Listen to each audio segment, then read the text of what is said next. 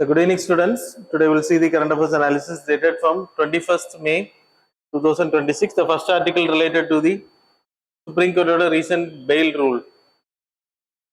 So previous judgment வந்து turn over பண்ணியிருக்காங்க, revise பண்ணியிருக்காங்க. That's it came in news.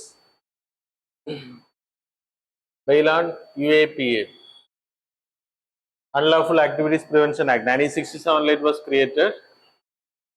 So இந்த ஆக்டை பொறுத்த வரைக்கும் it's a reason for the creation என்ன அப்படின்னா 1967 we have secessionist movement. அதை கண்ட்ரோல் பண்ணுறதுக்கும் மெயினாக அப்புறம் we had நக்சல்பாரி மூமெண்ட்ஸ் இந்த வெஸ்ட் பெங்கால் நக்சல்பாரி வில்லேஜில் நடந்துச்சு. ஸோ இந்த எக்ஸ்ட்ரீமிஸ்ட் மூமெண்ட்ஸை கண்ட்ரோல் பண்ணுறதுக்காக under article 22 we having the provision preventive detention. So Parliament has the power to make law when there is a sovereignty and security of the country, national security affect ஆகும்போது they can create a preventive detention. So அதன் அடிப்படையில் இது வந்து create பண்ணப்பட்டிருக்கு. 1967 it was created for the protection of sovereignty and integrity of the country. அன்னைக்கு அது மட்டும்தான். அதுக்கு பிறகு 2004 it was amended and they added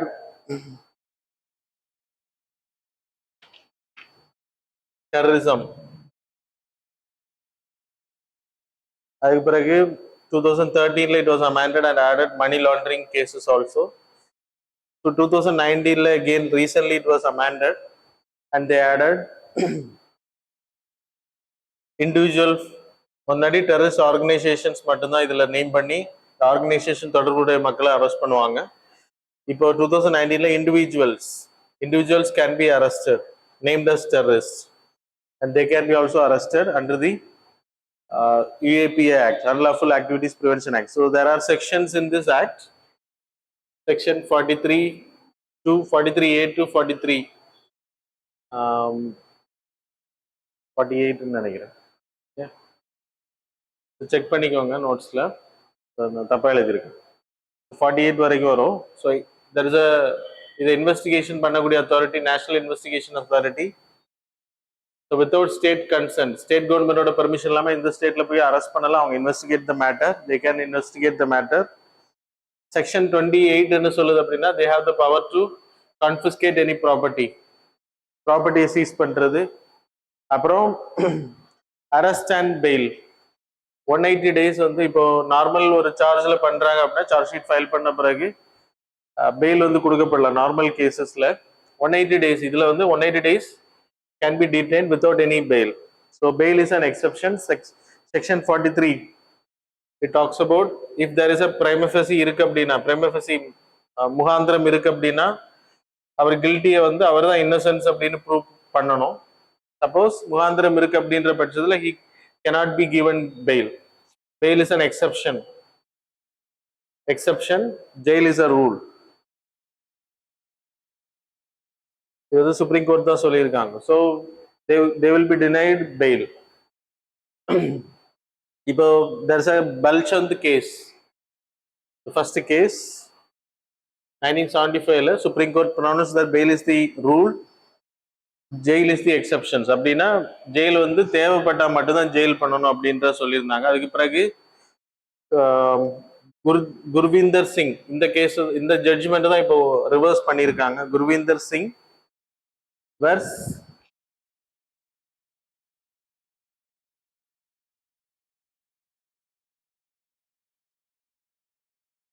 Union of India.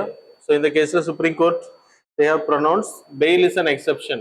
அங்க jail is an exception ன்னாங்க, bail is a rule அப்படின்னாங்க. Fail கண்டிப்பா கொடுக்கணும், exceptional cases மட்டும் தான் ஜெயில் பண்ணணும் அப்படின்றது. குர்வீந்தர் சிங் கேஸ்ல bail is a exception, jail is a rule அப்படின்றது. அப்படின்னா பெயில் வந்து குறிப்பிட்ட நபர்களுக்கு மட்டும்தான் கொடுக்கணும். அது ஃபாலோ பண்ணப்பட்டு வந்துச்சு. yesterday, day before yesterday, there's a case called as Andrabi versus NIA, Jammu and Kashmir. அவங்க கேஸ்ல சுப்ரீம் கோர்ட் என்ன சொன்னாங்க அப்படின்னா, every person has the personal life and liberty. Every person has the right to life and personal liberty, and speedy trial is a part. It's an inferred rights. Speedy trial. So அப்படின்றப்போ அவங்க வந்து இதுல வந்து கில்ட்டியை வந்து அவங்க தான் prove பண்ணணும். இங்க வந்து அப்படி கிடையாது. அவர் கில்ட்டி ப்ரூவ் பண்ற வரைக்கும் he is called as innocent, treated as an innocent, he can be given bail. So yesterday கேஸ்ல அதை வந்து சொல்லியிருக்காங்க, they disapproved this judgment and they reversed the order, earlier order. That's why it was in news. So இதுல critic இப்போ ஆக்டை பொறுத்த வரைக்கும் critics இருக்கு. Critics என்ன அப்படின்னா, இப்போ terrorisms any person can be named. முன்னாடி டெரரிஸ்ட் ஆர்கனைசேஷன்ல நீங்க ரிலேட்டடா இருந்தா மட்டும்தான் அந்த ஆர்கனைசேஷனை டெரரிஸ்ட் ஆர்கனைசேஷன் நேம் பண்ணாங்க அப்படின்னா யூ கேன் பி அரெஸ்டட். ஆனா இன்னைக்கு அப்படி கிடையாது. Individual persons who are like fighting for some corruption cases, அதுக்கு வந்து போராட்டம் நடத்துறாங்க, சிட்டிசன்ஷிப் ஆக்டுக்கு எதிராக போராட்டம் நடத்துறாங்க, ஜனநாயக முறைப்படி போராட்டினாலும் உப்பா ஆக்ட்ல இவங்களை அரெஸ்ட் பண்றதுக்கு, ஏன்னா நேஷனல் இன்டெகிரிட்டி அப்படின்ற பேர்ல, நேஷனல் செக்யூரிட்டி அப்படின்ற பேர்ல அரெஸ்ட் பண்ணப்படுறதுக்கான வாய்ப்பு இருக்கு. Freedom of speech and expression can be stopped. Preemptive arrest அப்படின்னா எந்த ஒரு விசாரணையும் இல்லாம அரெஸ்ட் பண்ணி கொண்டு போறது. லோ கன்விக்ஷன் ரேட் 2016 இருந்து 2022 வரைக்கும் அரெஸ்ட் பண்ணப்பட்டவங்க 94% people were released earlier. Trial and they released. அக்விட்டலா அவங்களை அனௌன்ஸ் பண்ணியிருக்காங்க, இல்லைன்னா டிஸ்சார்ஜ் பண்ணி விட்டுருக்காங்க. அப்போ என்ன சொல்லுதுன்னா 94% கேசஸ் ஆர் ஃபேக். ஃபேக்னா ப்ரீஎம்டிவ் அரெஸ்ட் பண்றாங்க அப்படின்றது. ஸோ இது எல்லாமே problem for the democratic country. So that's about this article. The next article related to the India Italy elevated their ties with the visit of our Prime Minister and Italy's Prime Minister. Special strategic partnership 2025-29க்கு நம்மளோட trade, இட்டலிக்கும் நமக்குமான ட்ரேடை வந்து தேவ் $20 billion 20 billion euro உயர்த்துறதுக்கு வந்து target வச்சிருக்காங்க. ஸோ இந்தியா யூரோப்பியன் யூனியனோட ட்ரேட் வந்து 14.2 billion, 4th largest we are doing. So India European யூனியன்ல பண்ணக்கூடியதுல இட்டலி கூட பண்றது 4th largest, and we having a merchandise export of 373 billion per year. மொத்த டோட்டல் அதுல யூஎஸ் கிட்ட மட்டும் நம்ம 21% பண்றோம். செகண்ட் வந்து Netherland and UAE is near. அப்புறம் இட்டலி வந்து 1.5% கான்ட்ரிபியூஷன் இருக்கு. So we need to improve it. அப்புறம் ஐமெக் ப்ராஜெக்ட். ஐமெக்ன்றது India Middle East economic corridor. So அதுல யூரோப்பியன் கண்ட்ரிஸை கனெக்ட் பண்றது. ஜவஹர்லால் நேரு போர்ட்ல இருந்து Saudi Arabia Jebel Ali port, Dubai Saudi Arabia, அப்புறம் ஹைஃபா போர்ட் ஆஃப் இஸ்ரேல், அதுல இருந்து பைரஸ் போர்ட் ஆஃப் கிரீஸ், அப்புறம் அங்கிருந்து லேண்ட் ரூட் வழியா யூரோப்பியன் கண்ட்ரிஸுக்கு வந்து ட்ரேடிங் பண்றது.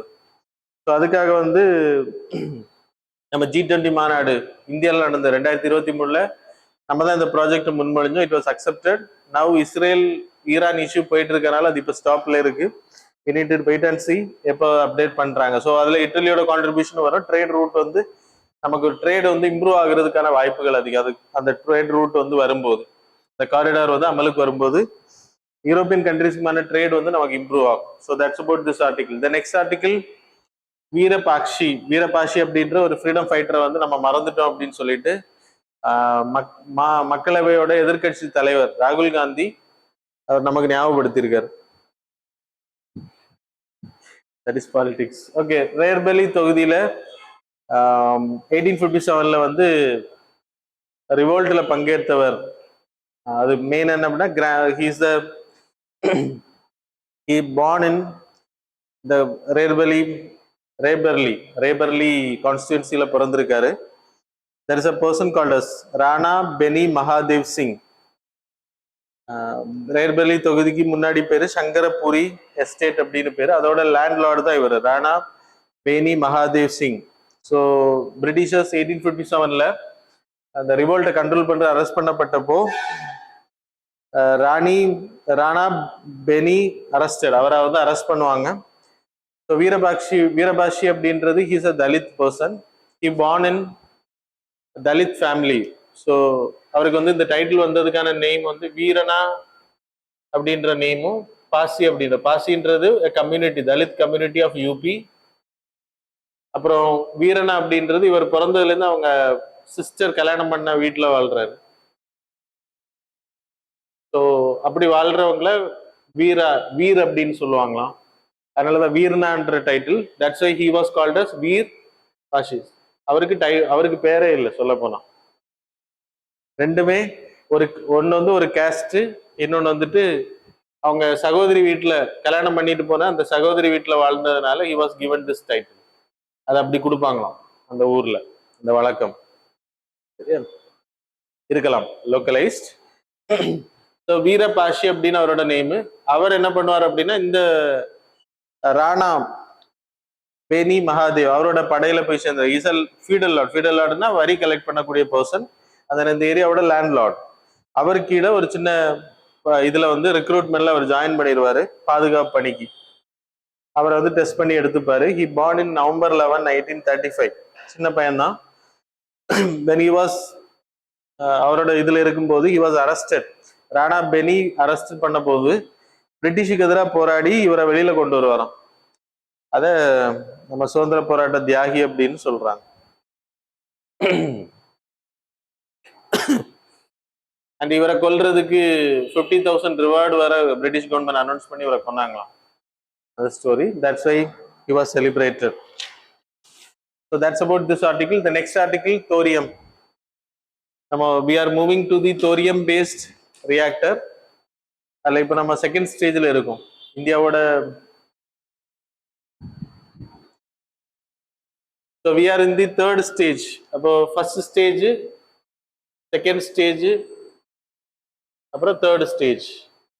ஃபர்ஸ்ட் ஸ்டேஜ்ல we using pressurised heavy water reactor. Normal heavy water reactors பயன்படுத்துறோம். இப்போ ப்ரெஷரைஸ். இல்லை யுரேனியம் 235 வாஸ் யூஸ்ட். 233 and 235. அப்புறம் வி ஆர் யூசிங் U-238. இதில் ஃபியூவல் போக 990 kilo KG of U-238 use பண்ணுவோம். This is missile. பம்பார்டிங் பண்ணும்போது நியூட்ரான்ஸ் ஆட் பண்ணும்போது it will bombarded. This will not be. So U-238 வந்து ஸ்டேபிள் இதாக act ஆகும். அதனால U-239 மாறும். தட் இஸ் plutonium 239 கன்வெர்ட் ஆகும். So this will be used as a fuel for the second stage. 39 U-233 அப்புறம் thorium 232 இந்த ரியாக்டர்ல வைப்பாங்க. அப்புறம் 38 வைப்பாங்க. இதை பம்பார்டிங் பண்ணும்போது so it will become unstable and it will collapse. So faster நியூட்ரான்ஸை பயன்படுத்தும். That's it is called as faster breeder reactor. கூடங்குளத்தில் இருக்கிறது வந்து ப்ரெஷரைஸ் ஹெவி வாட்டர் ரியாக்டர்ஸ். கல்பாக்கம்ல ப்ரெஷரைஸ் ஹெவி வாட்டர் ரியாக்டர்ஸும் இருக்கு. Faster feeder reactors. ஸோ இங்க வந்து நியூட்ரான்ஸை வந்து ஸ்லோ பண்றது ஹெவி வாட்டர்ஸ் பயன்படுத்துவோம். இங்க ஹெவி வாட்டர்ஸ் பயன்படுத்த மாட்டோம். ஏன்னா faster neutrons are important to break it, fission பண்றதுக்கு, சரியா, உடைக்கிறதுக்கு. இது வந்து U-239 மாறும். அது மாதிரி தோரியமும் கன்வெர்ட் ஆகும் to U-233.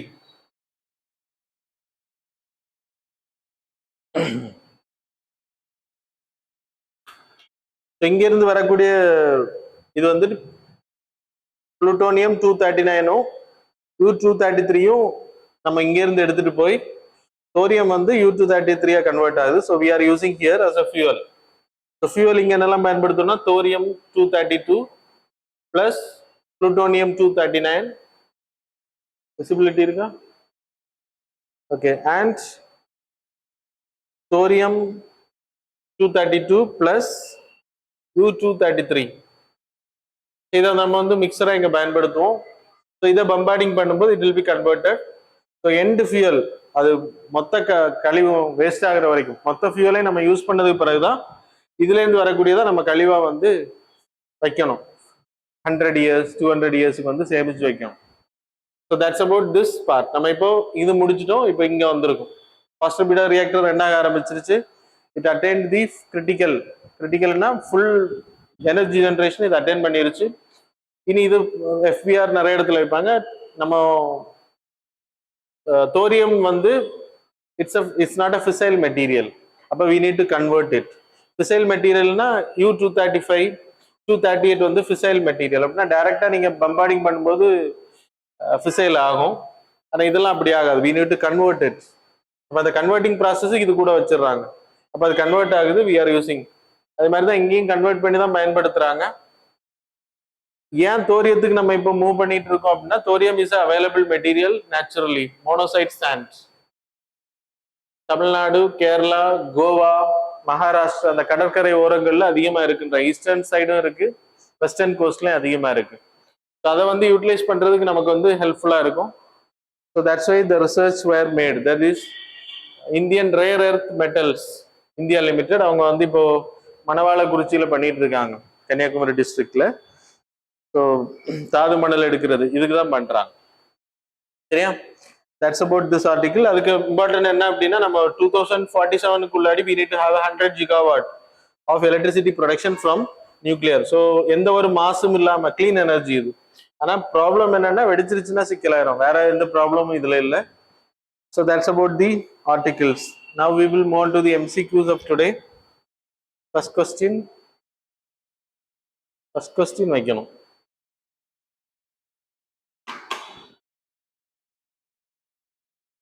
So question number 1, consider the following statements regarding She-Mart. So statement number 1, it empowers women entrepreneurs by creating community-owned retail outlets within cluster-level federations of self-help groups. Statement number 2, it is implemented under the Deen Dayal Antyodaya Yojana, National Rural Livelihood Missions. Which of the statements given above is are correct? Options are A, 1 only, B, 2 only, C, both, D, neither. Question number 2, with reference to the Chandrayaan missions, consider the following statements. Statement number 1, the HOP experiment demonstrated engine's restart capability and controlled movement on the lunar surface. Statement number 2, the Chasti experiment was designed to study the thermophysical properties of lunar regolith.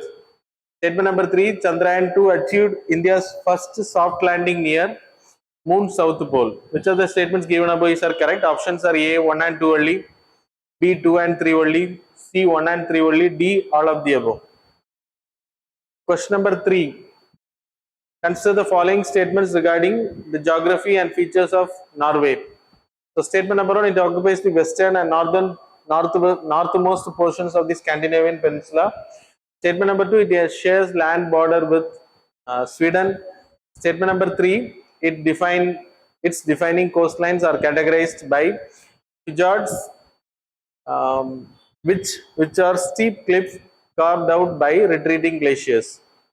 Statement number 4, due to its unique topography, it generates the majority of its domestic electricity from geothermal energy sources. Options are A, only 1, B, only 2, C, only 3, D, all of the above. Question number 4, which of the following countries are part of Nordic? First one, Denmark. Second, Iceland. Third, Latvia. Fourth one, Sweden. Fifth one, Estonia. Nordic countries எதெல்லாம் select பண்ணுங்க. So that's about the MCQs. Now we will see the answers for the previous. Question number 1, answer is C. Question number 2, answer is C. Question number 3, answer is B.